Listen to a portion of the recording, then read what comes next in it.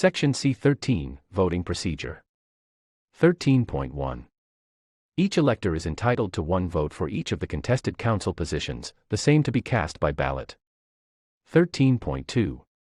All ballots, ballot boxes, or materials used for the marking of ballots and other polling station paraphernalia shall be provided by Beausoleil First Nation Chief and Council. 13.3.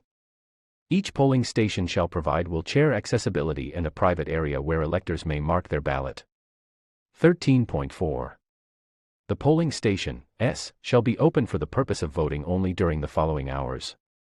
A. At the regular polling station, S, on election day from 9 a.m. to 9 p.m., and B. The polling station will be set up on the Beausoleil First Nation. 13.5. Each candidate shall be entitled, at his or her own expense, to have one scrutineer present at the polling station to monitor the voting procedure and ballot counting. Scrutineers shall conduct themselves according to the standards developed and provided in Part 2 Regulations. 13.6.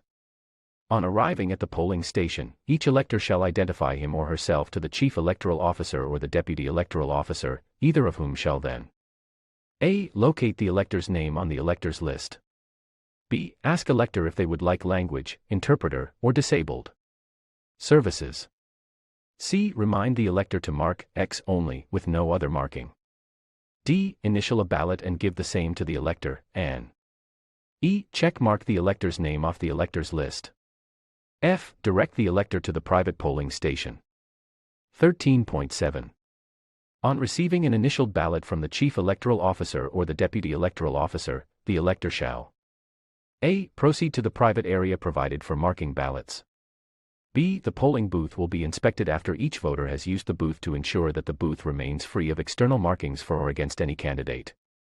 C. Place a mark in the form of an X in the space provided opposite the name of one of the candidates for each of the contested chief and council positions, keeping in mind that any other mark other than the X constitutes a spoiled ballot, and D. Deposit the marked ballot in the ballot box after the Chief Electoral Officer or the Deputy Electoral Officer has verified the initials on the ballot.